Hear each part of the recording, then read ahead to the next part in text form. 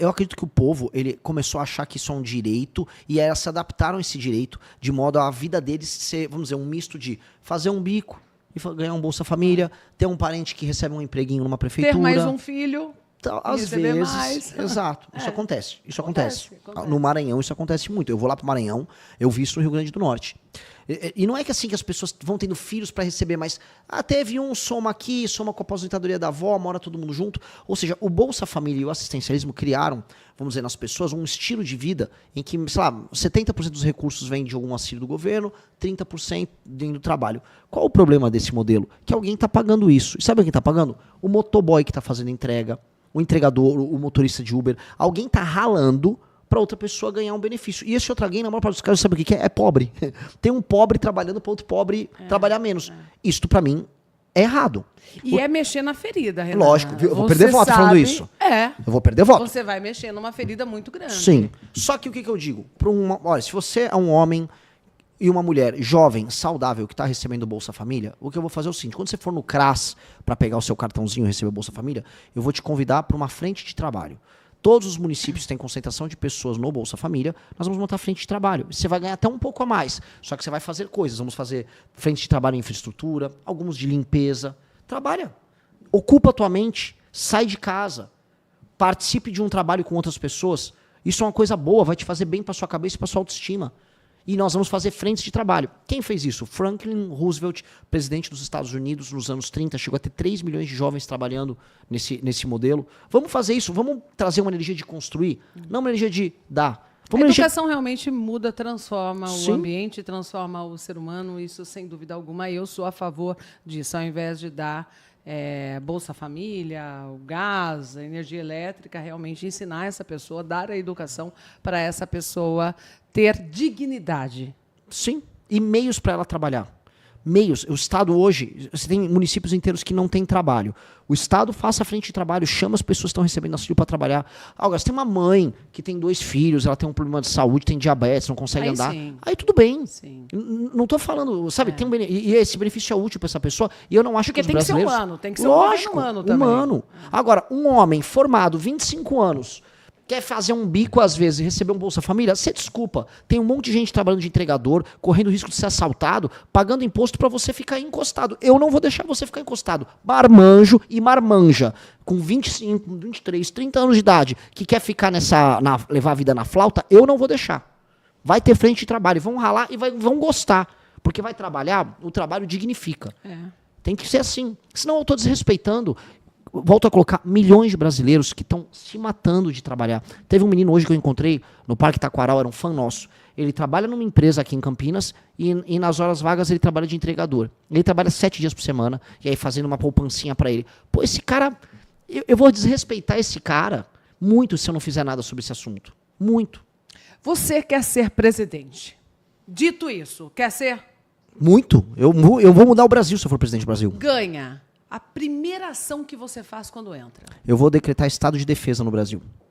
O que seria isso? Estado de defesa é o seguinte, para quem está nos assistindo, o estado de defesa ele é um status que você coloca o país, em que eu terei, através das Forças Armadas e do poder de polícia, uma capacidade especial de enfrentar um inimigo interno que o Brasil está passando. Hoje esse inimigo interno é muito claro, chama-se crime organizado. A gente tem 23 milhões de pessoas que moram em regiões dominadas pelo crime organizado. Esse crime organizado impõe sua própria lei. Ele fatura bilhões com droga, com extorsão e com serviços ilegais que ele tem nessas regiões. E esses caras precisam ser destruídos. Então, as polícias e as Forças Armadas, através do comando central do comandante em chefe, que é o presidente da República, vão eliminar esses criminosos ao longo de 1 ano. E nós vamos colocar o Brasil em estado de defesa nas regiões em que o crime organizado domina. Eu vou limpar o Nordeste, eu vou limpar o Rio de Janeiro, eu vou limpar São Paulo do PCC, eu vou limpar o Porto de Santos, Sorocaba. Tem gente do PCC atuando. Aqui em Campinas tem gente do PCC atuando. Vamos limpar o Brasil do crime organizado. E aí, destruindo o Brasil do crime organizado, reduzindo o número de homicídios para números baixíssimos, tornando o Brasil seguro para andar novamente, o Brasil pode respirar e a gente pode cuidar das outras coisas. Especialmente pegar essas pessoas que moram na favela, e você falou uma coisa muito boa, tem que ser um governo humano. Pegar quem mora na favela e falar, agora eu vou transformar sua favela num bairro, agora eu vou levar a educação séria para sua favela, eu vou levar empresas para sua favela, eu vou fazer você ser uma pessoa digna. E a dignidade vem através do respeito que o Estado vai dar a ela. E não da humilhação que ela passa em ser abandonada e ser, no fim, administrada de maneira ilegal pelo crime organizado. Isto é uma política de Estado de verdade. E essa é a primeira coisa. Hoje não é no dia 1 mais, né? A posse é no dia 5 de janeiro. No dia 5, eu vou nem ficar fazendo muita festa. Estado de defesa, vou pegar o avião, eu vou ir para a cidade de Santa Quitéria, lá no Ceará, depois eu vou para Fortaleza, no Ceará, e vou começar, junto com as Forças Armadas e com as polícias brasileiras... Já tem tudo em mente. Eu vou começar a destruir esses caras lá. Vou sair de lá, eu vou para Bahia, eu vou sair da Bahia, eu vou para o Rio de Janeiro. Enquanto isso, as forças da polícia aqui de São Paulo vão intervir lá no Porto de Santos, que está tomado pelo PCC, as forças policiais nossas e as forças de fronteira lá no Mato Grosso do Sul vão fechar a rota caipira, que passa a rota de entrada de droga. Nós vamos botar todo o Brasil nessas operações. Se você é um policial que está nos assistindo, o seu sonho vai se realizar. Nós vamos vamos passar rapa nesses caras. E aí a gente passa a respeitar mulher que anda na rua e tem medo de ser assaltada, mulher que tem medo de ser, não posso nem falar, é um crime muito pesado, mas violentada por membros dessas facções que cometem esse tipo de crime. Criança que vai para a escola e tem medo de ser cooptada pelo crime. E a gente vai tornar o Brasil, assim, o Brasil já deixa de ser um país selvagem, como ele é hoje, e passa a ser habitável. Não é nem o país ideal, mas já é habitável. Depois do habitável, agora vamos fazer ele ficar rico. Vamos fazer ele ficar bom, até ele ficar muito bom. Renan, tá. Primeiro passo seria isso. Se fosse para cortar um imposto, qual você cortaria, assim, na boa, logo de cara? Tem impostos que não precisariam existir. Né? O IPTU é um imposto que não precisaria existir. Você é um imposto acredita? Não, porque o IPTU, no fundo, ele está taxando a propriedade. Então, você, quando tem um apartamento, você tem, na verdade, você paga um aluguel hoje. Mas vai para a prefeitura. Mas a prefeitura... Que acaba voltando para outras coisas. Mas aí eu pergunto para você, então você é dona do seu apartamento, da sua casa que você mora? Em São Paulo, o IPTU é tão alto que se uma pessoa não conseguiu alugar o apartamento, uma casa, de repente ela está devendo para o município toma de você. O IPVA eu acho um absurdo também. Sim, mas o IPVA faz sentido em alguns lugares, tem uma alíquota pequena. Por exemplo, o nosso deputado federal Kim, ele entrou com um projeto para fazer o IPVA cair para 1%.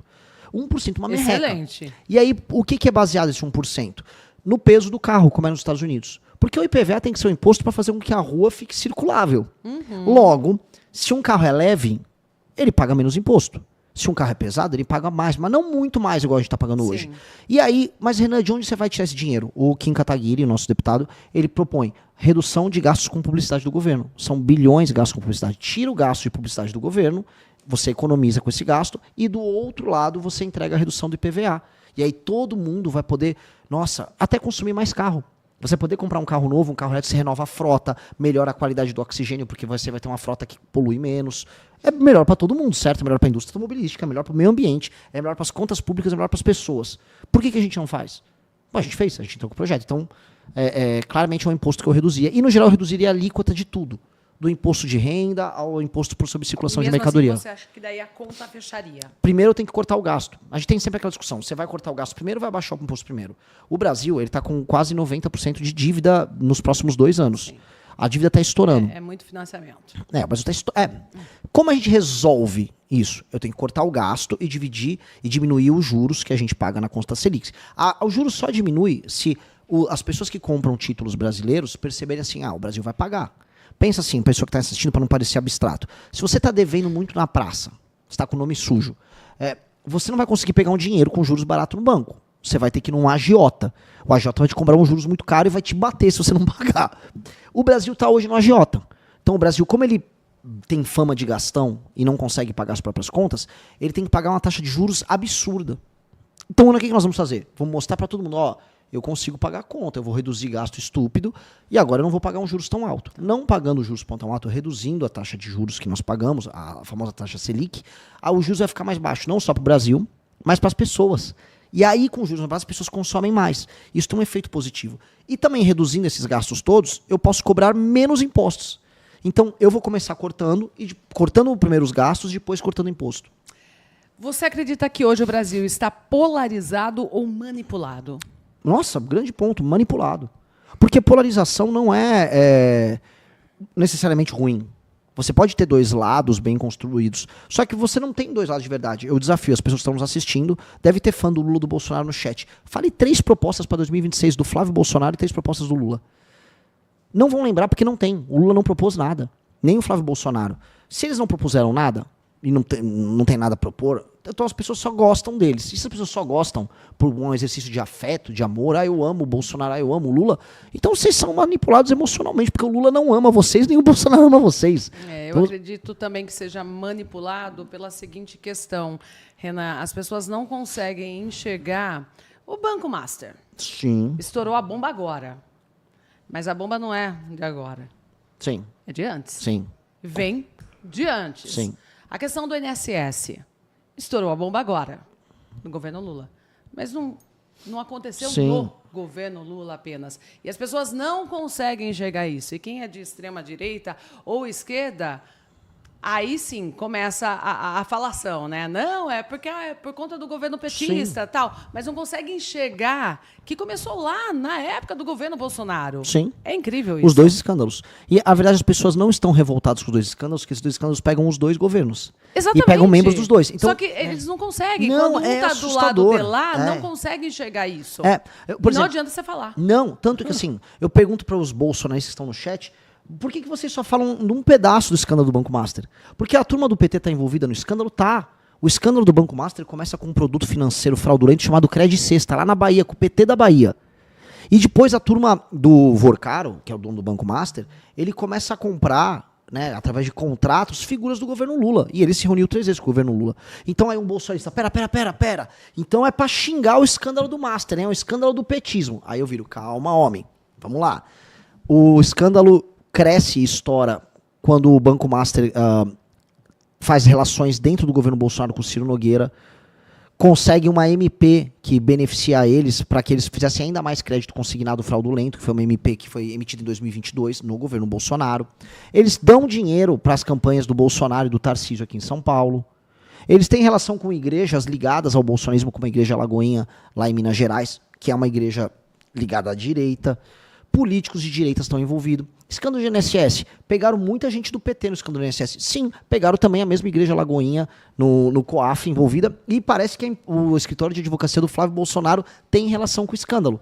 Então, é um escândalo que mexe nos dois. Aí as torcidas organizadas ficam... eu não sei o que fazer. Eu acho que eu não vou falar desse assunto. E é o que acontece. Eu vi a Tabata Amaral. Tem muita gente que acha, não, ela é uma política séria e tal. A Tabata Amaral gravou um vídeo sobre o Banco Master, só falando de onde pegava a direita.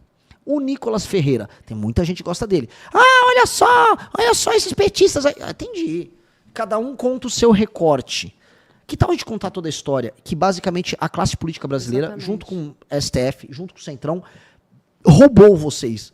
Sabe, vocês todos foram roubados por gente de esquerda e de direita. Quando foi pra roubar com o Banco Master, tinha cara com bandeira do Brasil e cara com bandeira vermelha te roubando. Só que a pessoa não quer, a pessoa quer acreditar que o cara de bandeira verde e amarela, que roubou, no caso do Banco Master, no fundo ele roubou de direita, ele roubou patrioticamente. E o comunista, o cara do PT, não, ele roubou, mas foi pra transformar o Brasil em Cuba.